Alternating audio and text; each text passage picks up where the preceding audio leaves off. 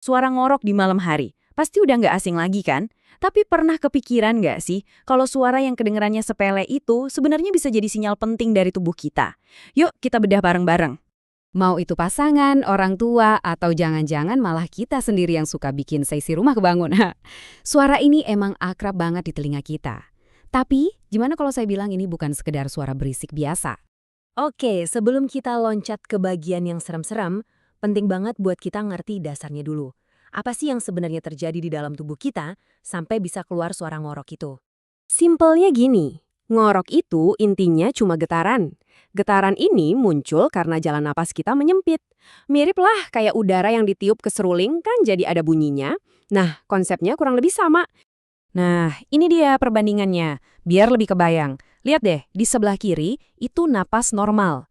Jalurnya lega, udaranya lewat dengan mulus dan tanpa suara. Terus, lihat yang kanan. Nah, ini dia biang keroknya. Ada penyempitan yang bikin udara harus desek-desekan pas lewat. Akhirnya jaringan di sekitarnya jadi getar dan, ya itulah suara dengkuran yang kita kenal. Terus apa aja sih yang bisa bikin saluran napas jadi sempit? Macem-macem loh. Bisa karena otot tenggorokan sama lidah kita lagi rileks banget, atau posisi tidur kita telentang, jadi lidah ketarik gravitasi ke belakang. Bisa juga karena ada jaringan lemak berlebih di leher, atau pas kita lagi pilek atau alergi jadi hidung mampet. Minum alkohol atau obat penenang juga bisa bikin otot makin lemas. Bahkan ada juga yang karena faktor anatomi, misalnya punya amandel besar atau tulang hidung yang bengkok. Oke, sampai sini mungkin kedengarannya masih biasa aja ya, cuma getaran. Nah, dari sinilah ceritanya mulai jadi serius. Ternyata, getaran yang tadinya cuma ganggu kuping ini bisa jadi pertanda kondisi yang jauh lebih berbahaya. Coba kita pikirin lagi deh. Tadi kan kita ngomongin saluran napas yang menyempit. Tapi gimana kalau lebih parah dari itu? Gimana kalau jalurnya bukan cuma sempit, tapi sampai tertutup total? Nah, inilah yang disebut obstructive sleep apnea atau OSA. Ini bukan lagi sekedar ngorok, ini udah masuk kategori gangguan tidur serius. Di kondisi ini, nafas kita itu benar-benar berhenti, terus mulai lagi, berhenti lagi, berulang-ulang. Kenapa? Karena saluran napasnya ketutup rapat, nggak ada oksigen yang bisa masuk. Dan ini bisa terjadi ratusan kali dalam satu malam. Ratusan kali. Ini nih siklusnya yang bahaya banget. Pertama, kita tidur pulas, otot tenggorokan rileks total. Terus, saking rileksnya, jaringan lunak di situ kolaps dan nutup jalan napas. Akibatnya, kita berhenti napas, bisa 10 detik atau lebih. Otak langsung sadar, wah oksigen turun drastis. Akhirnya otak panik, dia bangunin tubuh kita sebentar cuma buat maksain kita napas lagi. Biasanya kita jadi kayak megap-megap atau tersedak. Bayangin siklus panik ini terjadi terus-terusan. Kapan tubuh kita istirahatnya coba? Akibat dari siklus panik tadi malam, dampaknya ke mana-mana. Karena tubuh kita itu stres berat akibat kurang oksigen dan tidur yang nggak berkualitas. Risiko kena tekanan darah tinggi, stroke, penyakit jantung, bahkan diabetes tipe 2, itu semua meningkat drastis. Belum lagi di siang hari, kita jadi gampang capek banget, susah konsentrasi, gampang lupa, dan sering pusing pas bangun pagi. Lengkap kan masalahnya?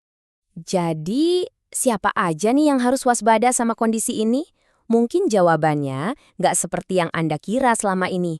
Kalau kita lihat data, emang bener. Pria lebih banyak yang ngorok, sekitar 40%. Wanita di angka 24%. Tapi jangan salah ya, walaupun lebih umum di pria, ini tetap jadi masalah serius buat jutaan wanita juga. Jadi, ini bukan masalah gender. Nah, ini nih mitos yang paling sering kita dengar. Sleep apnea kan cuma buat orang gemuk.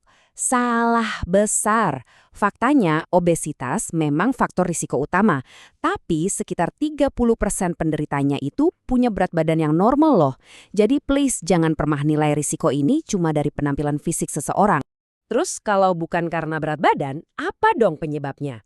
Buat banyak orang, masalahnya ada di struktur anatomi. Misalnya punya rahang yang kecil atau dagu yang agak mundur ke belakang. Bisa juga karena faktor genetik alias keturunan, atau punya amandel dan lidah yang ukurannya lebih besar dari rata-rata. Gaya hidup kayak merokok dan minum alkohol juga ngaruh. Dan tentu saja faktor usia, karena makin tua, otot di tenggorokan kita juga makin kendor. Oke, cukup ya ngomongin bahayanya. Sekarang kita masuk ke bagian yang paling ditunggu-tunggu, solusinya. Kabar baiknya adalah, begitu kita paham masalahnya, ada banyak banget cara efektif buat mengatasinya. Kita bisa mulai dari yang paling gampang, yaitu mengubah gaya hidup. Coba deh tidur dengan posisi miring, jangan telentang. Bisa juga ganjal kepala pakai bantal ekstra biar posisinya agak naik. Buat yang berat badannya berlebih, nurunin sedikit aja, itu udah ngaruh banget buat ngurangin lemak di leher. Terus, hindari alkohol sebelum tidur, berhenti merokok, dan kalau punya alergi atau hidung tersumbat, ya diobati. Selain itu, ada juga loh yang namanya senam mulut atau latihan orofasial. Anggap aja ini kayak nge-gym tapi buat otot-otot di sekitar mulut dan tenggorokan.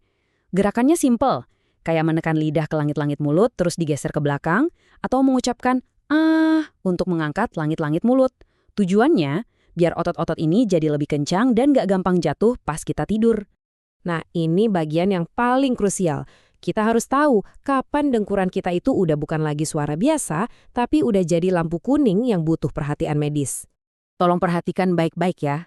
Kalau Anda pernah ngalamin hal-hal ini, bangun tidur karena tersedak atau megap-megap, pasangan Anda bilang napas Anda suka berhenti, siangnya ngantuk parah sampai bisa ketiduran pas kerja atau nyetir, sering sakit kepala pas bangun, punya darah tinggi, atau ngerasa susah konsentrasi, please, jangan lagi nebak-nebak sendiri. Ini udah waktunya Anda ngobrol sama dokter. Dan seandainya Anda didiagnosis menderita OSA, nggak perlu panik.